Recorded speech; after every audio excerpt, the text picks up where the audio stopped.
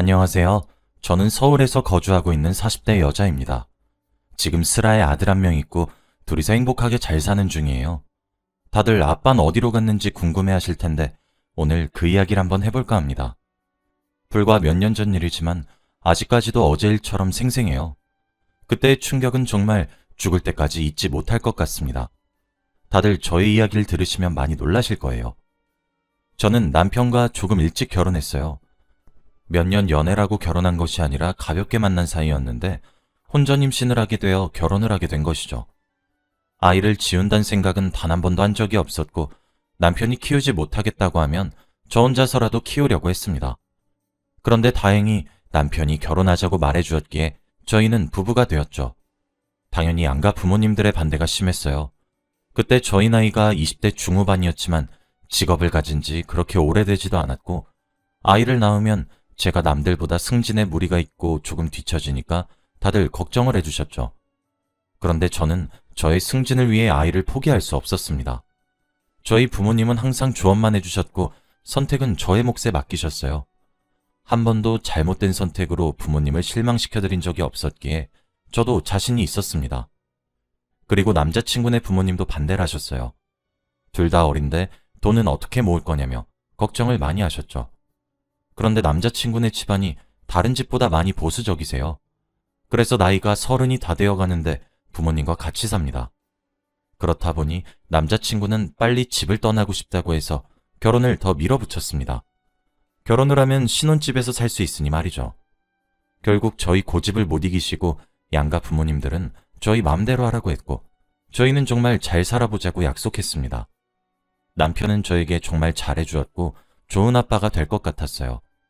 일도 열심히 하고 집안일도 잘 도와주었거든요. 그래서 임신 기간 동안 딱히 불편한 거 없이 잘 지냈습니다. 그리고 저는 아들을 낳았어요. 확실히 아들을 낳으니 가부장적인 남편네 집안에서 너무 좋아하는 거 있죠? 시댁에 아들을 데리고 갈 때마다 버선발로 뛰어나오셨습니다. 확실히 아들 덕분에 저희 부부가 더 떳떳해지기도 했어요. 저는 출산 후 얼마 지나지 않아 바로 회사로 복귀했습니다.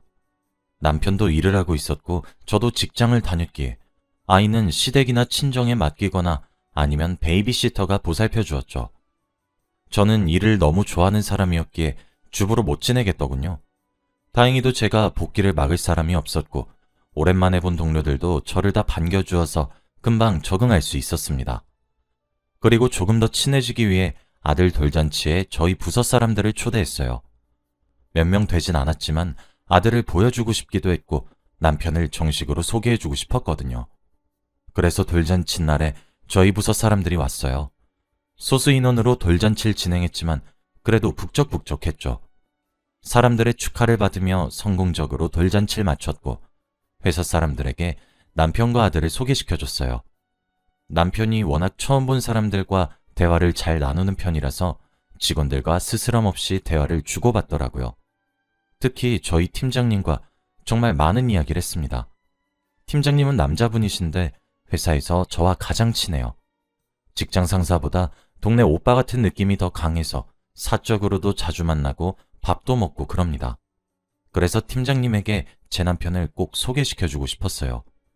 팀장님이 아직 장가를 안 가셔서 저희 부부와 자주 만나면 좋을 것 같았거든요. 다행히도 남편과 팀장님은 대화가 잘 통하는 것 같았고 저는 그동안 다른 직원들과 이야기를 했습니다. 그리고 돌잔치가 끝나고 집으로 돌아왔어요. 그런데 남편이 당신네 회사 팀장님 매력 있으시더라? 왜 그 나이가 되도록 장가를 못 가셨지? 라고 하더라고요. 팀장님이 매력이 있으시고 잘생긴 편이시긴 한데 나이가 조금 있으세요.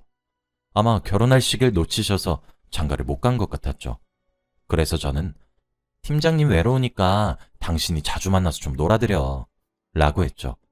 남편도 그렇게 하겠다고 했고 벌써부터 전화번호까지 주고받았더군요.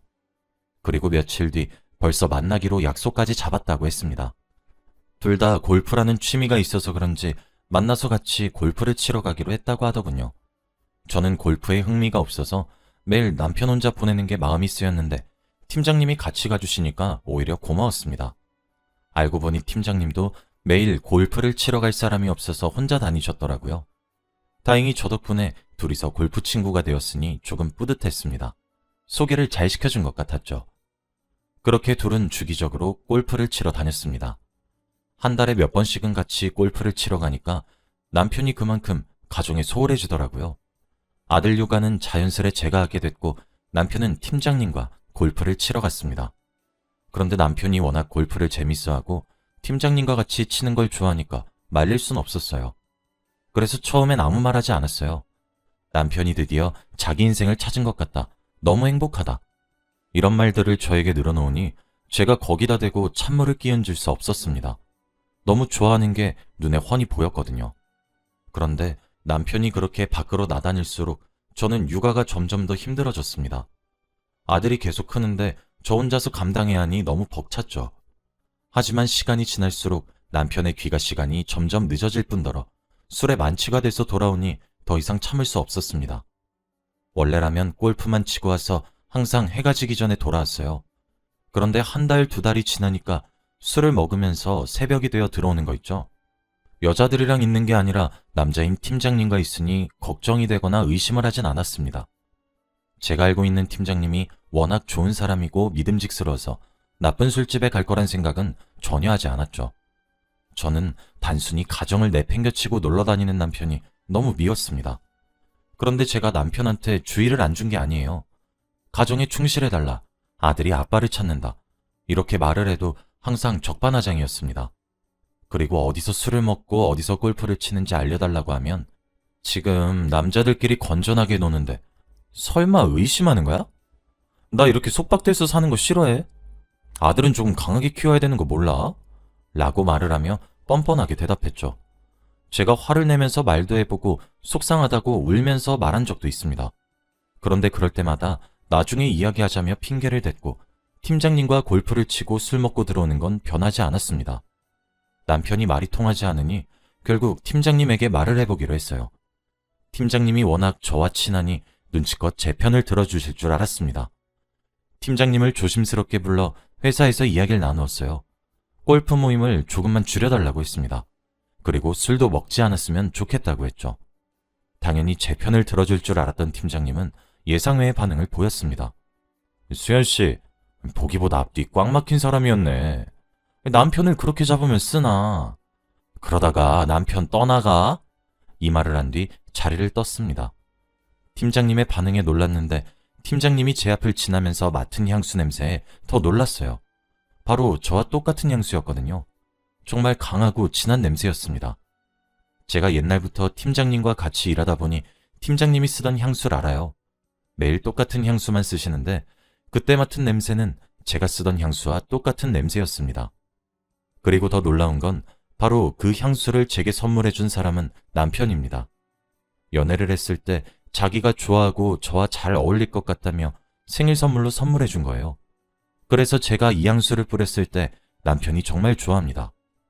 저는 순간 머릿속이 새하얘졌고 아무것도 떠오르지 않았어요. 왜 팀장님이 저와 똑같은 향수를 쓰고 있는 건지 이상했죠. 팀장님은 몸에 향수를 엄청나게 뿌리셨는지 코끝이 찡할 정도로 많이 났습니다. 그렇다 보니 오히려 저와 똑같은 향수라는 것을 못 알아채는 게 힘들 정도였죠. 그래도 그때는 취향이 겹치는 줄 알았어요. 워낙 그 향수가 호불호가 많이 갈리지 않는 편이기도 하고 중성적인 향이라서 남녀 상관없이 다 잘 어울리는 향이었거든요. 그래서 우연히 취향이 겹치는 줄 알았습니다. 하지만 그땐 향수 냄새보다 팀장님의 대답이 더 충격적이었어요. 남편이랑 팀장님 둘 다 짜고 친 것처럼 제 말을 안 들어주니 답답할 노릇이었습니다.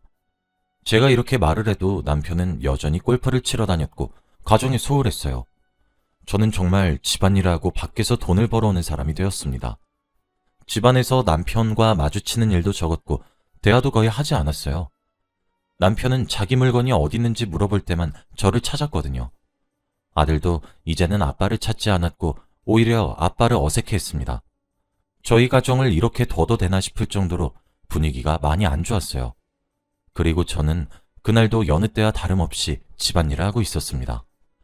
아들을 재우고 혼자서 빨래를 개고 있는데 처음 보는 남편이 있더라고요. 원래 남편이 튀는 색을 전혀 입지 않아요. 매일 무채색 계열만 입는데 빨래통에서 갑자기 빨간색 옷이 나왔습니다. 그리고 처음 보는 브랜드였죠. 원래 관심이 없어서 제가 사주는 건 아무거나 막 잘 입는 사람이에요. 그래서 당연히 자기가 먼저 사는 일은 한 번도 없었죠. 그런데 그때 처음으로 남편이 스스로 빨간색 옷을 샀습니다. 정말 많이 놀랐어요. 밴드 부분에 이름이 쓰여져 있었는데 처음 보는 브랜드 이름이라 머릿속에 기억이 남긴 하더라고요. 왜 남편이 스스로 샀는지 궁금하고 물어보고 싶었지만 남편은 집에서 만날 일이 잘 없으니 물어볼 기회가 없었습니다. 빨래를 개면서 머릿속으로 정말 많은 생각이 스쳐 지나간 것 같아요. 혹시라도 이 사람이 다른 여자가 생긴 건 아닐까 하면서 말이죠. 솔직히 모든 퍼즐 조각들이 다 들어맞았지만 애써 부정했습니다. 그리고 며칠간 혼자 싱숭생숭한 마음으로 하루하루 보내고 있었어요. 웃음도 잘 안 나오고 일에 집중도 잘 안 되었죠. 남 때문에 말입니다. 그러다 제가 회사 탕비실에서 사고를 치고 말았어요. 제가 남편 때문에 아무것도 집중을 못하고 사는 게 사는 것 같지 않았습니다. 정말 이 사람에게 다른 여자가 생긴 거면 어쩌지 하는 생각과 제 아들 생각 때문에 복잡했죠. 그러다가 탕비실에서 커피를 타는데 그만 유리컵을 땅바닥에 떨어뜨리고 말았습니다. 조용하던 회사에서 갑자기 쨍그랑 소리가 나니까 직원들이 놀라서 탕비실로 달려왔죠. 그중에 팀장님도 있었고요. 저는 컵을 깨고 나서 정신이 차려졌고 너무 놀란 마음에 맨손으로 유리 조각을 줍다가 손가락이 그만 베이고 말았습니다. 팀장님이 수연씨, 손으로 그러면 어떡해? 라고 하시며 저를 뒤로 물러서게 하고 빗자루로 다 하나하나 주워주셨어요. 저는 손가락에서 피가 뚝뚝 떨어지고 있는데 그때 제 시선은 딱 한 군데로만 향했습니다. 바로 제 앞에서 팀장님이 유리 조각을 치우신다고 허리를 굽히셨는데 바지 안쪽으로 남편과 똑같 브랜드를 입고 있었거든요. 거기다가 색깔까지 똑같았습니다. 다른 여직원들이 제 손가락을 걱정했지만 저는 아무것도 들리지 않았고 팀장님의 빨간밖에 보이지 않았어요. 특이한 브랜드라 정확히 어떤 건지 다 기억이 나요. 그런데 팀장님과 똑같았습니다. 순간 머릿속이 새하얘지긴 했지만 도저히 받아들여지지 않았어요. 향수 냄새에 이어까지 똑같지만 머릿속으로 납득이 되지 않았습니다. 다들 그때 집으로 조테라라고 등을 떠밀어서 팀장님께 제대로 물어보지도 못하고 집으로 돌아갔지만 그래도 절대 둘이 그런 관계가 아닐 거라고 생각했어요. 그리고 저는 집으로 돌아와서 씻고 바로 자고 일어났더니 새벽이더라고요. 남편은 언제 들어왔는지 제 옆에서 자고 있었고 저는 일어나서 시간을 확인해 보니 새벽 3시였습니다. 아들이 없는 거 보니 친정에 맡긴 것 같았죠. 거실에서 물을 먹고 방으로 들어왔는데 남편의 외투가 널브러져 있더라고요. 제가 한숨을 쉬며 정리를 하다가 주머니에서 무언가 만져졌습니다. 처음엔 카드인가 싶었는데 꺼내보니 숙박업소 방키더라고요. 그때 정말 이 사람이 대놓고 만나기로 했나 보구나 싶었습니다.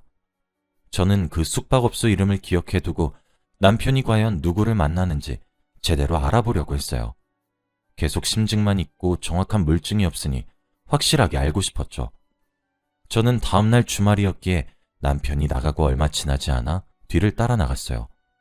그리고 먼저 그 숙박업소 앞으로 가서 남편이 들어갈 때까지 기다렸습니다.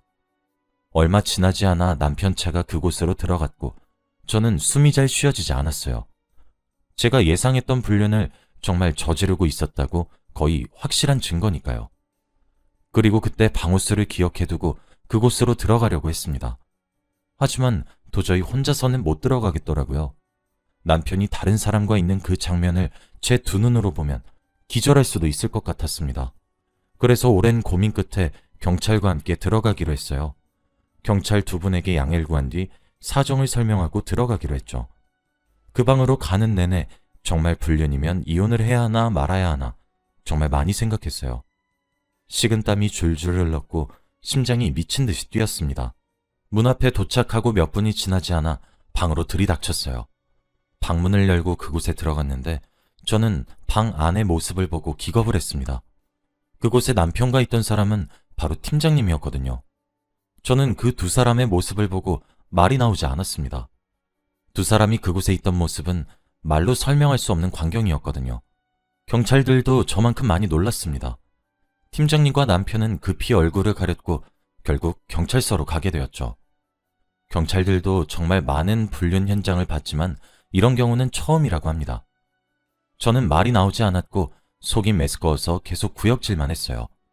그리고 경찰서에 가서 삼자대면을 했습니다. 팀장님은 계속 고개를 떨구고 아무 말이 없으셨고 남편은 제게 수연아, 나도 이제 내 삶을 살고 싶어 라고 하더라고요. 그 말을 내뱉는 순간 경찰서에 정적이 흘렀습니다. 다들 한숨을 쉬고 말문이 턱 막히셨죠. 저는 토악질만 나오고 눈물을 계속 흘렸어요. 남편은 그동안의 상황을 구구절절 늘어놨는데 들을수록 더 역겹고 소름 돋았습니다. 저와 사귀고 얼마 지나지 않아 자신이 동성애자인 걸 알았고 헤어짐을 고하려고 할 때 제가 임신했다고 밝혀서 결혼을 하게 된 거라고 해요. 결혼을 도망치는 수단으로 한 거죠. 그러다가 돌잔치 때 팀장님을 만났는데 너무 이야기가 잘 통하고 공감대도 맞았다고 해요.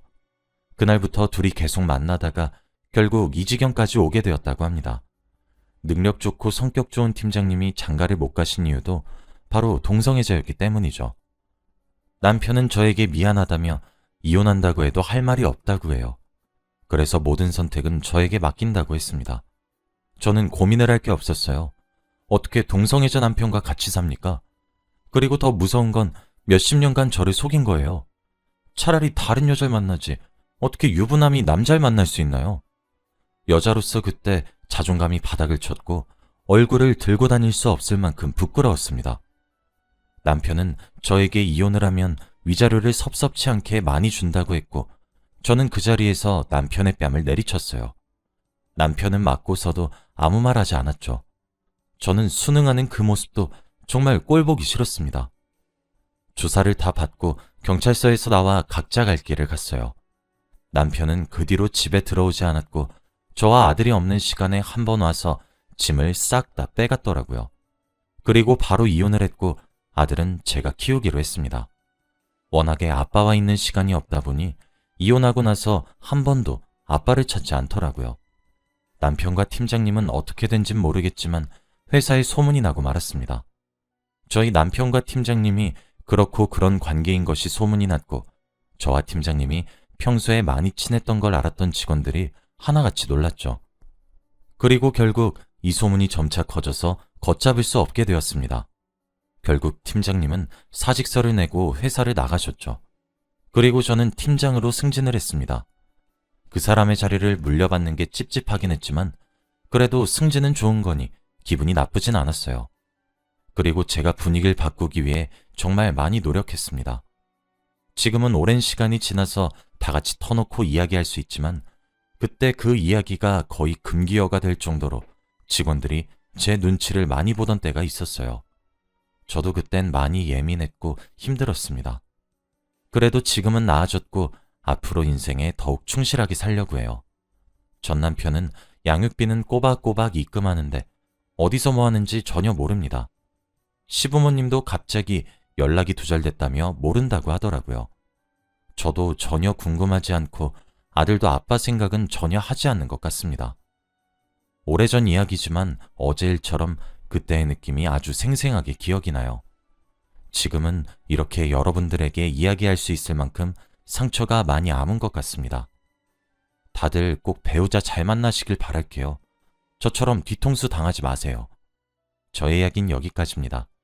들어주셔서 감사합니다.